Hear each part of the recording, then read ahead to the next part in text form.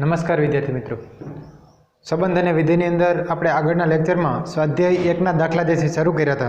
Theory તમામ પ્રકારની પૂરી કરી અને સ્વાધ્યાય 1 ની અંદર આપણે આગળ વધતા હતા। તો આગળ જઈએ એમાં છેલ્લે સ્વાધ્યાય 1 નો આપણે છઠ્ઠો દાખલો જોયો હતો। એના પછી આગળ વાત કરીએ તો સાતમો દાખલો જે છે સ્વાધ્યાય 1 નો।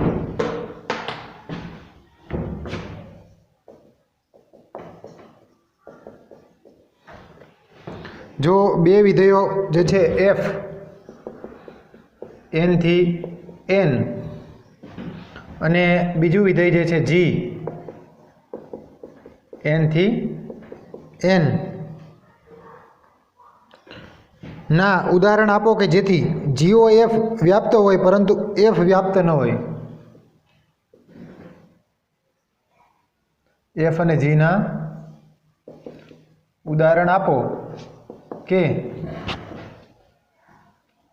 जेथी जीओएफ व्याप्त होय परंतु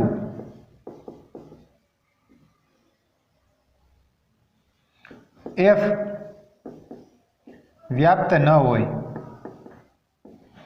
अने सूचन जे आपेलू छे एमा विधेय आपेलू है कि एफ एक्स बराबर एक्स वत्ता 1 अने जी ऑफ एक्स बराबर एक्स माइनस 1 जो एक्स ग्रेटर देन 1 होय तो अने एक्स बराबर 1 तो 1 आ विधेय जे छे आनो विचार करो एवुं कीधुं छे। जो प्रश्न शू है पेला के मोटे भागे आवा प्रश्नों जो है बोर्ड की परीक्षा अंदर न पूछाय पण एक एक अने व्याप्त विधेय जो आपणे भण्या एनी परथी समजवामां महत्वनी वात छे। एफ एन थी एन अने जी पण एन थी एन ना बंने एन थी एन ना विधेय छे। एना एवा उदाहरण आपवाना छे कि जेमां जीओएफ जे विधेय होय ने जीओएफ ए व्याप्त छे परंतु एनी अंदर जे एफ विधेय जे आपणे लईए छे ए व्याप्त नथी एवा उदाहरण आपो। એટલે ડાયરેક્ટ આવો પ્રશ્ન ન પૂછાય, અહીંયા સૂચન આપી દીધું કે fx બરાબર આ લ્યો gx બરાબર આ લ્યો એટલે આ પ્રમાણે થઈ જશે। તો આપણને ખ્યાલ છે કે વ્યાપ્ત વિધેય કોને કહેવાય તો કે વિધેયનો સહપ્રદેશ અને વિસ્તાર, વિધેયનો વિસ્તાર અને સહપ્રદેશ બંને જો સમાન થાય તો એને વ્યાપ્ત વિધેય કહેવાય। અથવા તો આપણે વ્યાપ્ત વિધેયની વ્યાખ્યા જોઈ હતી કે પ્રત્યેક y બિલોંગ્સ ટુ y માટે एक्स बिलोंग्स टू कोई एक्स बिलोंग्स टू एक्स एवं मळे कि जेथी एफ एक्स बराबर वाय थाय तो एफ ने व्याप्त विधेय कहेवाय।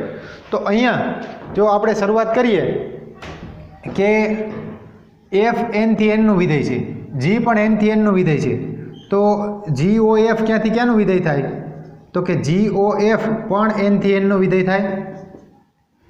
जी ओ एफ एन थी एन नु विधेय थशे बराबर। हवे जो जीओएफ पहला एफ लईए कि एफ विधेय व्याप्त है कि नहीं तो एफ नो विस्तार शू थाय एफ नो विस्तार बराबर आपणे एफ नो विस्तार मेळववो होय तो अहींथी किंमतो लेता जाए विधेय माटे कि एक्स बराबर पहला शू लेवाय तो कि 1 एटले एफ ऑफ 1 पछी एक्स बराबर 2 एटले एफ ऑफ 2 पछी एक्स बराबर 3 एटले एफ ऑफ 3 एक्स बराबर 4 एटले एफ ऑफ 4 आ ज रीते आगळ आगळ वधीए तो आनो विस्तार मळे बराबर। एटले विस्तार मेळववा माटे एफ ऑफ 1 जो अहींया 1 मूकीश तो 1 + 1 एटले केटला थाय 2। एफ ऑफ 2 अहींया 2 मूकशो तो 2 + 1 एटले 3। एफ ऑफ 3 3 + 1 एटले 4। एफ ऑफ 4 4 + 1 एटले 5। तो आ प्रमाणे आगळ आगळ वधशे एटले के ए एक नथी आनी अंदर 2 3 4 5 6 बराबर। तो माटे एफ नो विस्तार शुं थयो तो कि खरेखर आने आवी रीते पण लखी शकाय कि n - 1 आ n ज छे सेट ऑफ नेचरल नंबर प्राकृतिक संख्यानो गण परंतु एमां एक नथी एटले एक सिवायनो। हवे जो तथा एफ नो सहप्रदेश शुं थाय तो कि तथा एफ नो सहप्रदेश बराबर આપણે યાદ કરીએ વ્યાખ્યા કે એફ એ થી બીનું વિધેય હોય તો બી ને એફનો સહપ્રદેશ કહેવાય. તો અહીંયા એફ જે છે એન થી એનનું વિધેય છે તો આ એન ને એફનો સહપ્રદેશ કહેવાય. તો એફનો સહપ્રદેશ બરાબર એન. એફનો વિસ્તાર n માઇનસ 1 છે, એફનો સહપ્રદેશ n છે, એટલે બંને સમાન નથી. તો માટે એવું લખી શકાય કે માટે એફનો વિસ્તાર નોટ ઇક્વલ ટુ એફનો સહપ્રદેશ. એફનો વિસ્તાર અને સહપ્રદેશ સમાન નથી. તો માટે વિધેય જે છે એફ એ વ્યાપ્ત નથી. એફ વિધેય વ્યાપ્ત નથી. બરાબર છે, આ એફ વ્યાપ્ત નથી. હવે આપણે વાત કરીએ GOF ની કે GOF માં શું થાય. જો કે GOF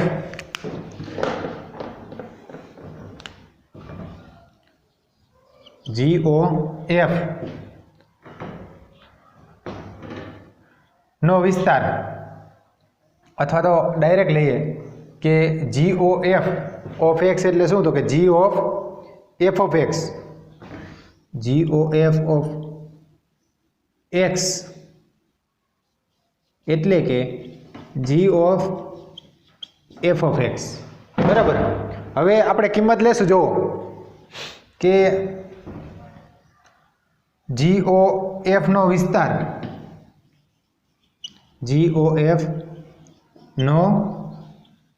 વિસ્તાર આના બરાબર અહીંયા f માંથી ઘટકો લેવાના છે. f માં શું છે તો કે n માંથી આવે છે ઘટકો, એટલે કે આનો વિસ્તાર એવો થાય કે GOF ઓફ 1 એનો જે કંઈ જવાબ મળે, પછી GOF ઓફ 2 એનો જે કંઈ જવાબ મળે, પછી GOF ઓફ 3, આ જ રીતે આગળ આગળ વધશે.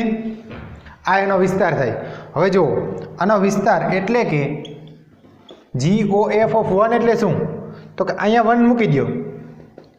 જો હું અહીં રફ ગણતરી કરું છું, બરાબર સમજજો. GOF ઓફ 1 એટલે કે G ઓફ f ઓફ 1. હવે f ઓફ 1 ની કિંમત શું થાય, f ઓફ 1 એટલે અહીંયા 1 મૂકશો તમે, અહીંયા 1 એટલે 1 પ્લસ 1 એટલે 2. તો આનો જવાબ કેટલો મળશે, 2. એટલે આના બરાબર થાય G ઓફ 2. હવે જુઓ આ વિધેય જોવાનું. G ઓફ 2 એટલે શું, તો 1 કરતાં મોટો x હોય તો આ વિધેય કામ કરશે x માઇનસ 1. એટલે 2 જે છે 1 કરતાં મોટા છે, અહીંયા 2 મૂકશો એટલે 2 માઇનસ 1. તો G ઓફ f ઓફ 1 ની વેલ્યુ છે 2, એટલે કે આનો જવાબ મળ્યો 1. હવે બીજી વાત કરીએ આપણે GOF of 2 means G of f of 2. f of 2 ની વેલ્યુ શું થાય, તો કે અહીંયા 2 મૂકી દઈએ. f ઓફ 2 એટલે 2 પ્લસ 1, 2 પ્લસ 1 એટલે 3. તો આનો આન્સર જે છે મળશે G ઓફ 3.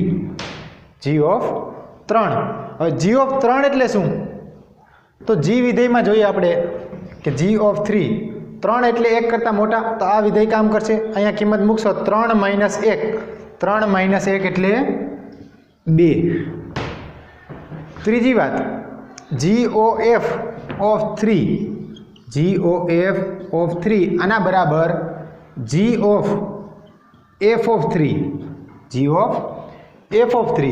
હવે f ઓફ 3 એટલે શું, તો કે અહીંયા 3 મૂકી દો. 3 વત્તા 1 એટલે 4. તો આ શું થાય, તો કે G ઓફ 4 ની વેલ્યુ અહીંયા 4 મૂકશો. 4 માઇનસ 1, 4 માઇનસ 1 એટલે કેટલા થાય, તો કે 3. તો અહીંયા જે GOF ઓફ 1 એટલે કે શું મળ્યો આન્સર 1, GOF ઓફ 2 એટલે 2 અને GOF ઓફ 3 એટલે 3. આ જ પ્રમાણે આગળ આન્સર મળશે. બરાબર. તો 1, 2, 3 આ થયો f નો વિસ્તાર. તથા બીજી વાત કરી દઈએ કે GOF નો સહપ્રદેશ. GOF નો સહપ્રદેશ આના બરાબર શું થાય, તો કે આ GOF જે છે n થી n, તો આનો સહપ્રદેશ થાય n. એટલે GOF નો સહપ્રદેશ બરાબર n. બંને જે છે કે GOFનો વિસ્તાર અને GOFનો સહપ્રદેશ, અહીંયા આ પણ n છે કે GOFનો વિસ્તાર n છે અને સહપ્રદેશ પણ n છે, તો માટે એવું કહી શકાય કે GOFનો વિસ્તાર બરાબર GOFનો સહપ્રદેશ અને વિસ્તાર બંને સમાન છે, તો એનો અર્થ એવો થયો કે માટે GOF જે છે એ વ્યાપ્ત વિધેય છે, GOF વ્યાપ્ત વિધેય છે. તો આની પરથી એવું કહી શકાય કે આ જે ઉદાહરણ છે f અને g ના, એ એવા વિધેય છે કે f જે છે એ વ્યાપ્ત નથી, પરંતુ GOF જે છે એ વ્યાપ્ત છે. તો આ સ્વાધ્યાયનો 7મો દાખલો છે. ત્યારબાદ આપણે દાખલા નંબર 8 અને 9 સંબંધ પરના છે, અત્યારે બાકી રાખીએ છીએ. એના પછી 10મો દાખલો જોઈએ કે નાનો MCQ પ્રમાણે એક દાખલો જે છે 10મો,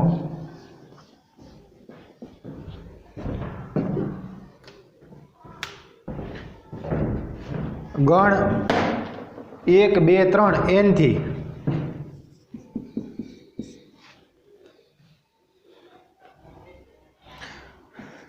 1 2 3 અપ ટુ n થી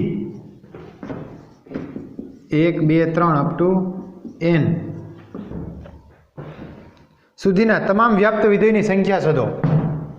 ના સુધીના તમામ વ્યાપ્ત વિધેયોની સંખ્યા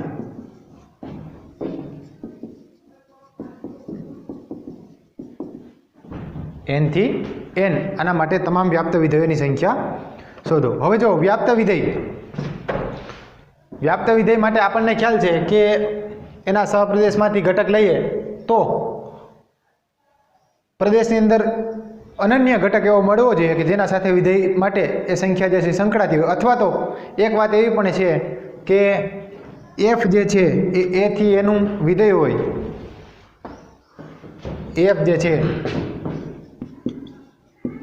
આ વાત આપણે થિયરીમાં કરી નથી પણ અહીંયા કરી દઈએ કે f a થી a ના વિધેય માટે, f a થી a ના વિધેય માટે, f a થી a ના વિધેય માટે જો f જે છે, જો f એ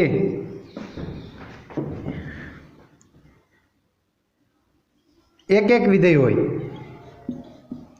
એક વિધેય હોય તો તે વ્યાપ્ત વિધેય થશે.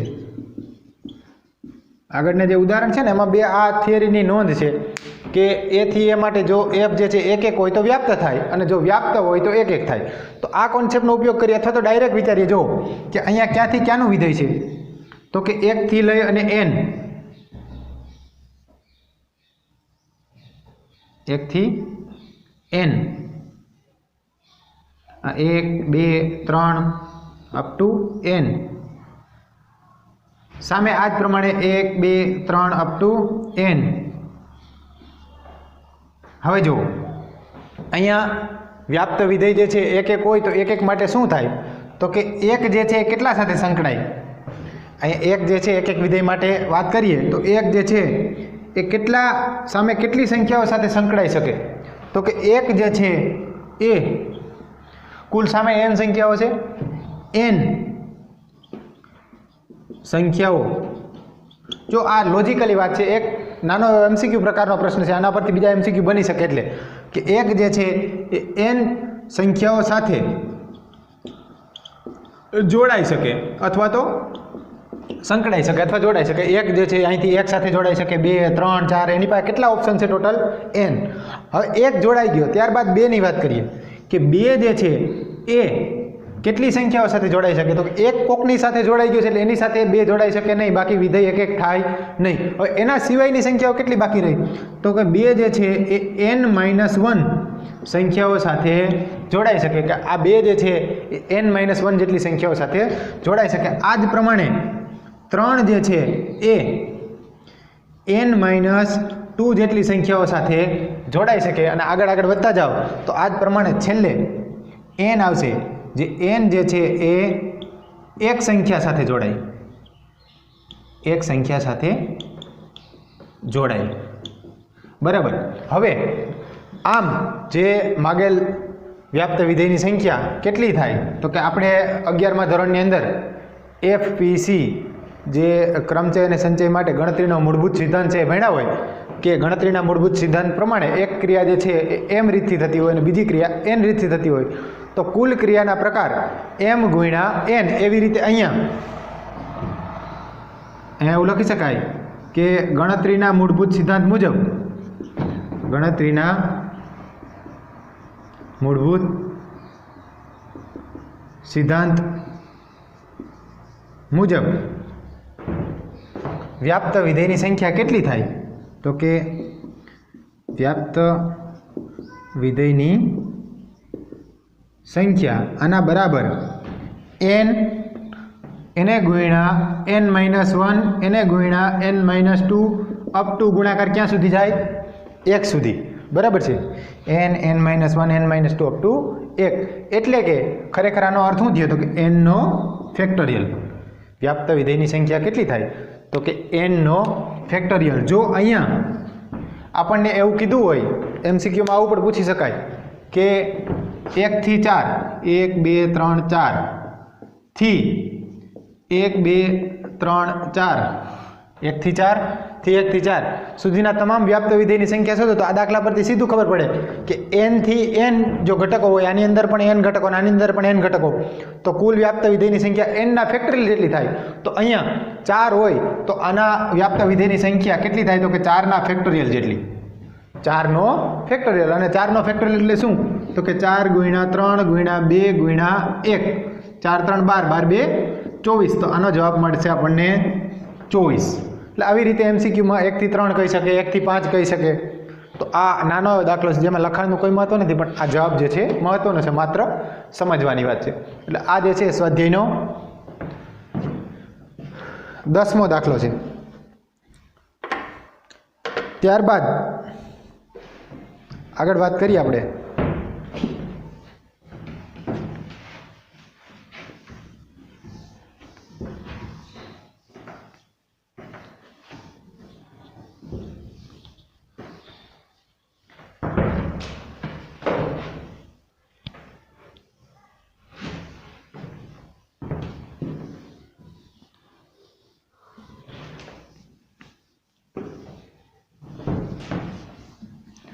સ્વાધ્યાયનો જે 11મો દાખલો છે એમાં વ્યસ્ત સંપન્ન વિધેયની વાત કરી છે અને એ આપણા કોર્સની અંદર નથી, તો 11મો દાખલો આપણે નથી લેતા. ત્યારબાદ વાત કરીએ આગળ 12મા દાખલાની કે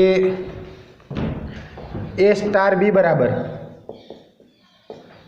a સ્ટાર b બરાબર માનાંકમાં a minus b, a star b બરાબર માનાંકમાં a માઇનસ b અને AOB આના બરાબર AOB બરાબર A કે પ્રત્યેક A અને B બિલોંગ્સ ટુ R. આના દ્વારા વ્યાખ્યાયિત દ્વિક્રિયાઓ જે છે, સ્ટાર જે છે એ R ક્રોસ R થી R અને બીજી દ્વિક્રિયા જે છે O એ પણ R ક્રોસ R થી R. આનો વિચાર કરો તો એમાં સાબિત કરો કે સ્ટાર જે છે સમક્રમી છે પરંતુ જૂથના નિયમને અનુસરતી નથી. સાબિત એવું કરવાનું છે કે સ્ટાર જે છે, સાબિત કરો કે સ્ટાર સમક્રમી છે પરંતુ જૂથના નિયમને અનુસરતી નથી, જૂથના નિયમને અનુસરતી નથી. તો સ્ટાર છે એ સમક્રમી છે પરંતુ જૂથના નિયમને અનુસરતી નથી અને O જે છે એ જૂથના નિયમને અનુસરે છે પરંતુ સમક્રમી નથી. પરંતુ O જે છે એ જૂથના નિયમને અનુસરે પરંતુ સમક્રમી નથી, સમક્રમી નથી. વધુમાં બતાવો કે પ્રત્યેક ABC બિલોંગ્સ ટુ R માટે A સ્ટાર BOC બરાબર A star B O A star C. એ વાત પછીની છે, એની વાત પછી કરીએ આપણે. પહેલાં માત્ર આ બે વાત કરી દઈએ કે જો અહીંયા જે દ્વિક્રિયા છે A સ્ટાર B બરાબર A માઇનસ Bનો માનાંક, અને બીજી દ્વિક્રિયા છે AOB. આ સ્ટાર છે એક સિમ્બોલ ને બીજો સિમ્બોલ O છે, તો AOB બરાબર A. તો આ દ્વિક્રિયા જે છે એમાં પહેલી સ્ટાર જે છે સમક્રમી છે, પરંતુ જૂથના નિયમનું પાલન કરતી નથી. તો શરૂઆત કરીએ, આપણને ખ્યાલ છે સમક્રમી કોને કહેવાય, તો કે A સ્ટાર B બરાબર B સ્ટાર A થાય. તો અહીં A સ્ટાર B બરાબર A માઇનસ Bનો માનાંક. A માઇનસ Bનો માનાંક આના બરાબર આવું લખી શકાય, B માઇનસ Aનો માનાંક. કારણ કે આપણને ખ્યાલ છે કે A માઇનસ B અને B માઇનસ A બંનેનો માનાંક સમાન થાય. કે 2 માઇનસ 5 હોય તો એનો જવાબ જે છે -3 થાય, પણ એનો માનાંક +3 થાય. જ્યારે 5 માઇનસ 2 લે તો એનો જવાબ પણ 3 મળે, એટલે બંને સમાન મળે. કે A માઇનસ Bનો માનાંક બરાબર B માઇનસ Aનો માનાંક બરાબર શું લખી શકાય, તો કે B સ્ટાર A. એટલે A સ્ટાર B બરાબર B સ્ટાર A. માટે સ્ટાર જે છે એ સમક્રમી છે. દ્વિક્રિયા સ્ટાર જે છે કેવી છે, સમક્રમી છે. હવે બીજી વાત કરીએ કે જૂથના નિયમ માટે, જૂથના નિયમ માટે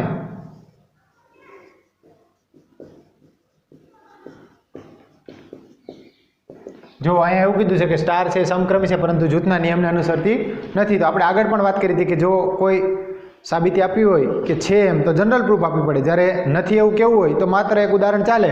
તો અહીંયા આપણે જૂથના નિયમ માટે ઉદાહરણ લઈ લઈએ કે 1, 2 અને 3, 1, 2 અને 3 બિલોંગ્સ ટુ R માટે 1 સ્ટાર 2, 1 સ્ટાર 2 સ્ટાર 3 આના બરાબર શું થાય? હવે 1 સ્ટાર 2 એટલે શું? A સ્ટાર B એટલે A માઇનસ Bનો માનાંક. તો 1 સ્ટાર 2 એટલે 1 માઇનસ 2નો માનાંક થાય સ્ટાર 3. 1 માઇનસ 2 એટલે -1, -1નો માનાંક થાય +1 એટલે 1 સ્ટાર 3.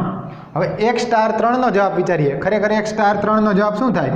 તો કે 1 માઇનસ 3નો માનાંક, 1 માઇનસ 3નો માનાંક, અને 1 માઇનસ 3નો માનાંક એટલે 2. તો માટે આપણને અહીંથી 1 સ્ટાર 2 સ્ટાર 3 આના બરાબર જવાબ મળે છે 2. આને આપણે નંબર 1 આપી દઈએ, પરિણામ નંબર 1. ત્યારબાદ બીજી વાત કરીએ કે તથા 1 સ્ટાર 2 સ્ટાર 3 એટલે કે 1 સ્ટાર. હવે 2 સ્ટાર 3 એટલે શું? A સ્ટાર B એટલે A માઇનસ Bનો માનાંક. તો 2 સ્ટાર 3 એટલે 2 માઇનસ 3નો માનાંક થાય કે નહીં? એટલે કે 1 સ્ટાર 2 માઇનસ 3 એટલે -1 અને -1નો માનાંક એટલે +1. તો 1 સ્ટાર 1. 1 સ્ટાર 1 એટલે શું? તો કે 1 માઇનસ 1નો માનાંક, અને 1 માઇનસ 1નો માનાંક એટલે 0. તો માટે આનો અર્થ એવો થાય કે 1 સ્ટાર 2 સ્ટાર 3 આના બરાબર 0. અને આપણે નંબર આપી દઈએ 2. બરાબર. તો આ 1 અને 2 પરથી એવું કહી શકાય કે 1 અને 2 પરથી 1 star 2 star 3 not equal to 1 star 2 star 3. આ બંને સમાન નથી, કારણ કે આનો જવાબ 2 મળે, આનો જવાબ 0 મળે. માટે સ્ટાર જે છે એ જૂથના નિયમનું પાલન કરતી, સ્ટાર જૂથના નિયમનું પાલન કરતી નથી, કે આ દ્વિક્રિયા જે છે જૂથના નિયમનું પાલન કરતી નથી. હવે બીજી વાત છે, O જે છે જૂથના નિયમને અનુસરે પરંતુ સમક્રમી નથી. તો આપણે O માટેની વાત કરીએ કે બીજી જે આપણી દ્વિક્રિયા છે O, એના માટે શું કહી શકાય? તો કે એમાં જો આવું આપેલું છે કે AOB આના બરાબર શું આપેલું છે? A. તો AOB બરાબર A છે. આ પરથી આપણે એવું કહી શકીએ કે BOA શું થાય? તો કે AOB બરાબર A છે, એટલે પહેલો જે છે એ જવાબ છે. તો BOA બરાબર શું થાય? B થાય. અથવા તો આપણે જો તમારે ઉદાહરણ આપવું હોય તો આ રીતે અપાય કે 1O2 આનો જવાબ થાય 1. જો બરાબર સમજો, આ O છે, આ 102 નથી. આ દ્વિક્રિયા છે આ, એટલે 1O2 બરાબર 1 તથા બીજી વાત કરો કે 2O1 કરો તથા 2O1 201 નથી, શું છે આ 2 પછી આ દ્વિક્રિયાનો સિમ્બોલ છે અને 1. આનો જવાબ કેટલો મળે? આનો જવાબ 2 મળે કે નહીં? કારણ કે AOB એટલે A. તો જો આનો અર્થ એવો થયો કે માટે 1O2 not equal two 2O1. આ 1O2 અને 2O1 નો જવાબ સમાન નથી, માટે દ્વિક્રિયા જે છે સમક્રમી નથી. દ્વિક્રિયા કેવી નથી? સમક્રમી નથી. હવે વાત કરીએ જૂથના નિયમની, કે જૂથના નિયમ માટે શું કરી શકાય?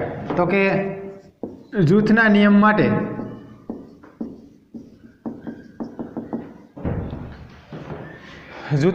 આપણને ખ્યાલ છે કે જૂથના નિયમનું અહીંયા સાબિત કરવાનું છે કે આપણે જૂથના નિયમને અનુસરે છે.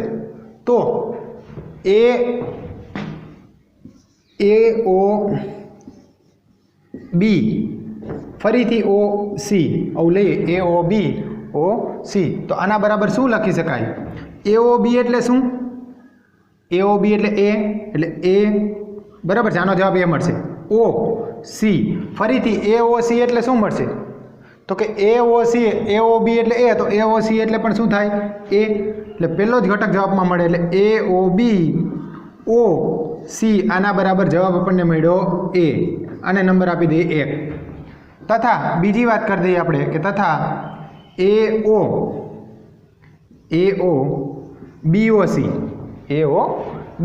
એટલે કે આના બરાબર AO. હવે BOC નો જવાબ શું થાય? AOB એટલે A, તો BOC એટલે પણ શું થાય? તો કે પહેલો જે ઘટક છે એટલે કે B. તો AOB બરાબર શું મળશે? તો કે AOB બરાબર મળશે આપણને ફરીથી પહેલો ઘટક એટલે A. તો માટે આનો અર્થ એવો થયો કે AOBOC આના બરાબર પણ મળશે A, એટલે આને નંબર આપી દઈએ 2.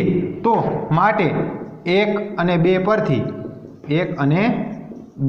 પરથી શું કહી શકાય? તો કે 1 અને 2 પરથી કહી શકાય AOB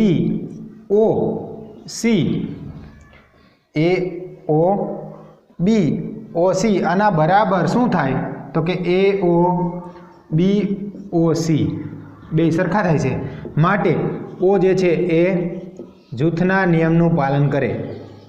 જૂથના નિયમનું પાલન કરે કે અહીંયા આ જે દ્વિક્રિયા છે સમક્રમી નથી, પરંતુ જૂથના નિયમનું પાલન કરે છે. O છે એ માત્ર સિમ્બોલ છે દ્વિક્રિયા માટે. સ્ટાર કેમ સિમ્બોલ હતો, એવી રીતે O છે દ્વિક્રિયા માટેનો સિમ્બોલ છે. એના પછી આ જ પ્રશ્નની અંદર આપેલું છે કે વધુમાં બતાવો કે પ્રત્યેક ABC બિલોંગ્સ ટુ A માટે, જો વધુમાં એવું બતાવવાનું છે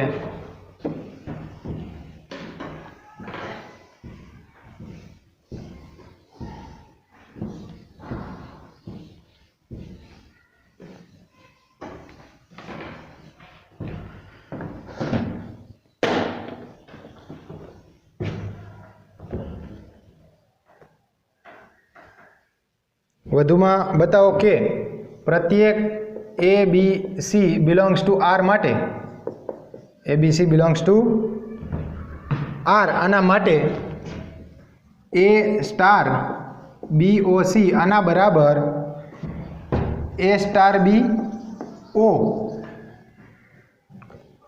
A સ્ટાર C.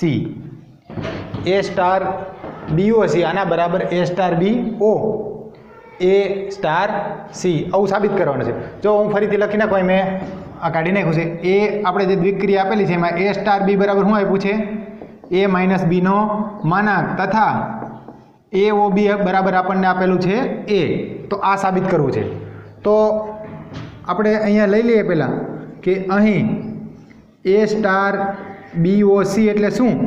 તો કે એટલે કે A સ્ટાર, હવે BOC આ દ્વિક્રિયા પ્રમાણે AOB એટલે A, તો BOC એટલે શું થાય? BOC એટલે થાય B. બરાબર છે. આનો જવાબ મળ્યો A સ્ટાર B. એટલે કે A સ્ટાર B એટલે શું? તો કે A માઇનસ B નો માનાંક. તો માટે આનો અર્થ એવો થયો કે A સ્ટાર BOC બરાબર A માઇનસ B નો માનાંક. અને આપણે નંબર આપી દઈએ 1 પરિણામ નંબર 1। બીજી વાત કરીએ કે તથા A star B O A star C A star B O A star C. A star B એટલે શું? A સ્ટાર બી એટલે શું? તો કે A સ્ટાર બી એટલે A માઇનસ બી નો માનાંક ઓ A સ્ટાર સી એટલે શું થાય? A સ્ટાર બી એટલે A માઇનસ બી નો માનાંક, તો A સ્ટાર સી એટલે A માઇનસ સી નો માનાંક થાય, બરાબર છે। હવે આ બંનેની વચ્ચે ઓ છે, એ ઓ બી એટલે એ, તો આનો પહેલો જે કાંઈ જવાબ મળે તો આનો અર્થ એવો થયો કે આનો પહેલો ઘટક છે એ શું છે? તો કે A માઇનસ બીનો માનાંક। તો માટે આનો અર્થ એવો થયો કે A star B O A star C આના બરાબર જવાબ આપણને મળશે A માઇનસ બીનો માનાંક। અને આને આપણે નંબર 2 આપી દઈએ તો 1 અને 2 પરથી એવું કહી શકાય કે પરિણામ 1 અને 2